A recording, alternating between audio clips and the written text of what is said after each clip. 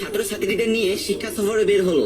সেখানে গিয়ে সবাই প্রকৃতি উপভোগ করতে লাগলো আর স্যারকে এটা ওটা জিজ্ঞাসা করতে লাগলো। হঠাৎ করে একটা ছাত্র দেখতে পেলো একটি হাঁস আর একটি হাঁসের সাথে জৈবিক চাহিদা মেটাচ্ছে। তখন ছাত্রটি স্যারকে জিজ্ঞাসা করলো, স্যার হাঁস দুটি কি করছে? তখন স্যার প্রচুর লজ্জা পেলো আর ভুল উত্তর দিল, বলল, আরে ওরা তো একে অপরকে সাহস যোগাচ্ছে। কিছুদিন পরেই স্যার অনেক অসুস্থ হয়ে পড়লো আর সকল ছাত্রছাত্রীরা স্যারকে দেখতে গেল, কিন্তু কিছুক্ষণ পরেই প্রচুর বৃষ্টি শুরু হয়ে গেল। আর এদিকে পাশে অন্য একটা স্কুলে পড়তো স্যারের মেয়ে।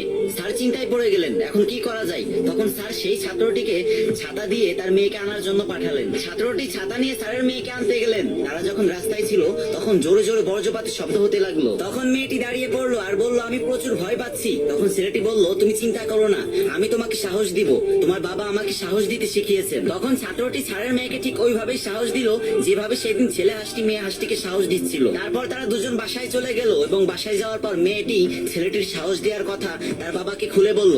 তখন তার বাবা মাথায় হাত দিয়ে কান্না করতে লাগলো আর সে বুঝতে পারলো এটা তার ভুল শিক্ষা দেওয়ার ফল। এই ভিডিওর শিক্ষণীয় বিষয় হচ্ছে এটাই, লজ্জা পেয়ে বলো, দুষ্টুমি করে বলো, ভয় পেয়ে বলো, তুমি যেভাবেই বলো না কেন, মিথ্যা বলা কিন্তু মহাপাপ।